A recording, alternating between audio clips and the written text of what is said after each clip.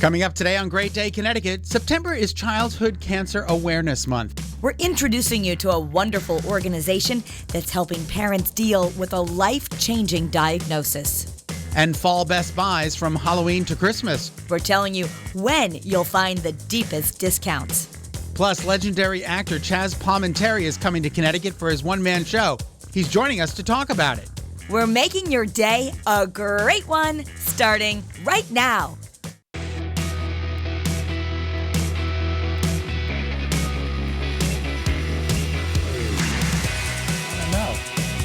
Happy Thursday. Welcome to Great Day Connecticut. I want to know who the woman is with the remote in the video. And the popcorn? And the popcorn. They're just people. Do they live in Harwinton? I don't know. I just picked a town out of nowhere. It is National Chewing Gum Day. Smack, smack, smack. Now I can hear my father from above saying, why are you even talking about that? Do you not chew gum? Are you a cow? Here's the thing. I want Oprah to like me, and I know that Oprah hates chewing gum. So every time I take a piece of chewing gum, I'm like, you think of Oprah? Oprah's I think of my dad. Me. Like, if he saw me, he'd be like, what are you, a cow? Spit that out. Spit that out, right. And if you don't, like when we were kids, and so now they recommend it for... No, they recommend it. Like, I've had teachers say, you know, hey, you could send them to school with gum. It really helps them concentrate and focus. If you chewed gum when we were growing up, it was at detention. And then, oh, you got a piece of gum? I hope you have enough for the whole class, because tomorrow you will. And you had to come in with gum for the whole class. A patent was, this is interesting, an actual patent was issued on chewing gum in 1869. And early versions included tree bark tar, sap resin, and wax. Sap resin. Could you please pass the sap resin? I'd like a little chew. Do you have an extra piece of the sap resin? Do you have a little piece of the bark, the tree bark? I'd love to chew that too. Well, anyway, get smacking. It's National Happy Gum Day.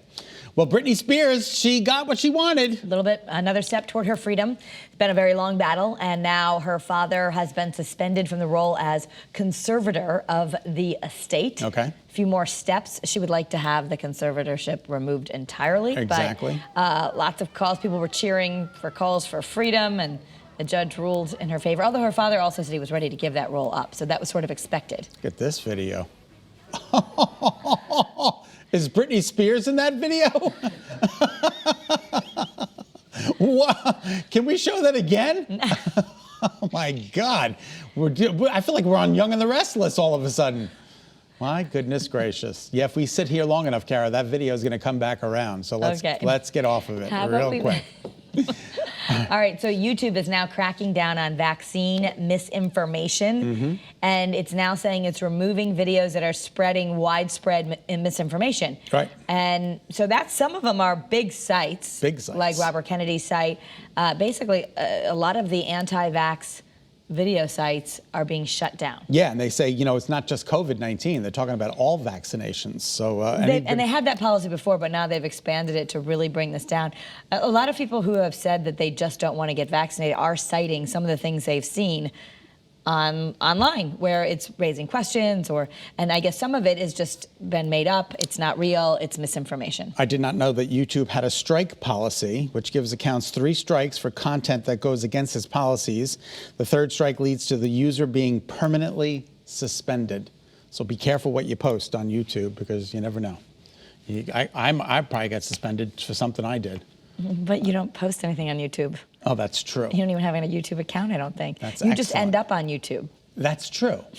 I don't know how that happens. Because you eat things off the floor. I eat things off the floor. That's very good. All right, American women, no question, we're making advances in the working world, but this study is showing, it came from one of the top consulting companies in America, McKinsey, and also Leanin.org, showing that many women are saying it comes at the risk of burnout. Are you burning out? 42%. You know, I have to be really cognizant of self-care. I would say there are days where I feel burned out.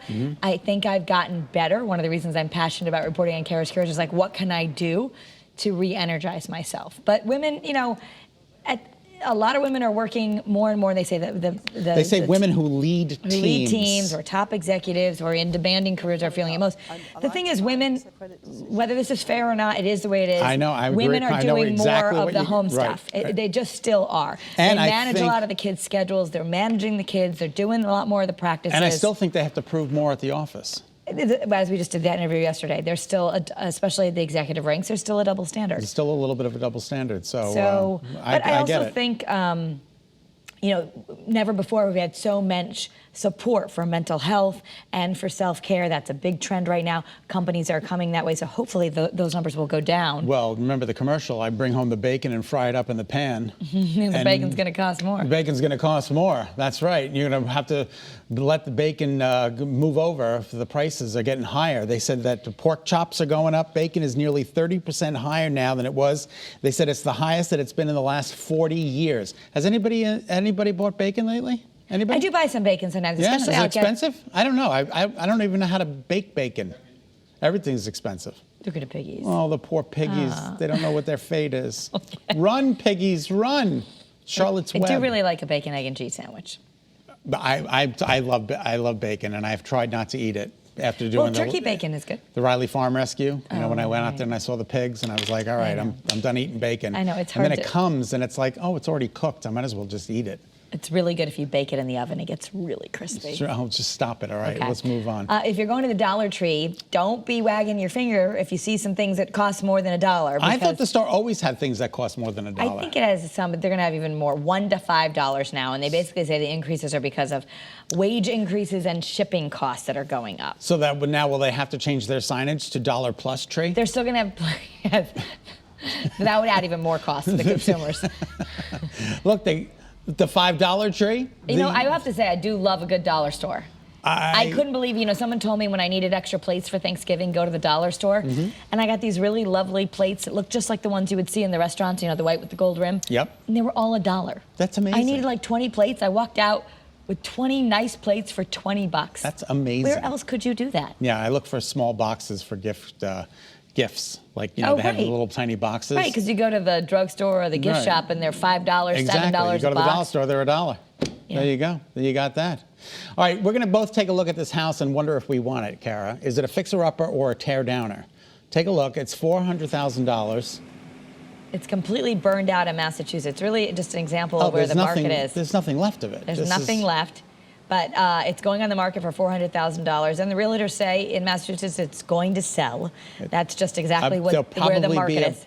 There'll probably be a bidding war, right? $400,000, but it's in a neighborhood where the homes are, what does that say? It doesn't cost that much to tear a house down. No, so it they certainly can just, doesn't. That's why so many houses get torn down. It's cheaper to tear them down sometimes than renovate. The median home price in the state is over $500,000 in Massachusetts. And if you're in a location that's even better, closer to Boston, way up. Then this place is closer to Boston, so despite the fact So they buy it, they build a house, and they already made their money. that it's burned to the ground, it's worth $400,000. That's a pretty good investment. That is where the market is. All right. All right. This is a very brave man. Very brave man. He captured an alligator. The alligator happened to be in his garbage can. No, he went and got a garbage can to rescue it. So the alligator was on the front porch. This is okay. So it wasn't in his garbage can to begin with. He put it in there. He put it in the garbage can. Okay. And then scooped it up. Scooped it up. There you go. Do you believe That this works. is happening? That totally works. And then he just put it out for the trash. No, look at him. But wait, he rescued it. He's like, I'm going to send you back to where alligators go. And he ran. Do you see him run? I'd run too, baby. He's like. He went back for the can? Yeah, of course. That can is expensive. And who knows how to get another one? You ever tried to get another garbage can from the city of Hartford? Yeah, it's tough. Well, it's tough. expensive. It's expensive and it's tough. I'd get the gator, and then I'd release him, and then I'd take my garbage can. Wait a minute here. What if the gator hadn't gone in there? Well, I don't know. I mean, that's gator trash right there. Who knows? All right. For all the latest celebrity news, you can watch People the Show right here on Channel 3 at 7:30. I talked to Kay yesterday, and I wondered how she was, so I asked her. I said, Kay, how you doing? And here's what her response was. Kay? Tonight on People, my interview with the host of Game Show Network's People Puzzler, Leah Remini. I love her. She opens up about her good friends, Jennifer Lopez and Ben Affleck. Take a look. Okay, how would your buddy Jennifer Lopez and Ben Affleck do? Which one of them would win People Puzzler? Ben. Why? He's, I tested him at a game that he didn't really know. Like I'm into board games. Mm-hmm. And I bring everybody, like if I'm friends with you, I'm bringing you the games that I want to your house. So I buy you your own version so I don't have to travel with it. But I just wanted to make sure that they had my game there in case when I come, we're playing the game. Well, you recently posted a clip. I want to keep this with Ben just really quick. This Glory Days thing is unbelievable. You know, I just felt like, you know, it didn't matter if I was there or not. You know, you looked at me and you were all, hi, Teresa. And I'm all, what? Like you weren't even glad to see me. Did you imagine that I didn't even know that I was I didn't. 1995. What do you remember about a baby Ben Affleck and shooting that scene with a baby Leah? Nothing. What? No, I was petrified. I was just petrified. Leah actually does remember more. She tells me all about it tonight and only on People. That is a flashback for sure. That certainly is a flashback.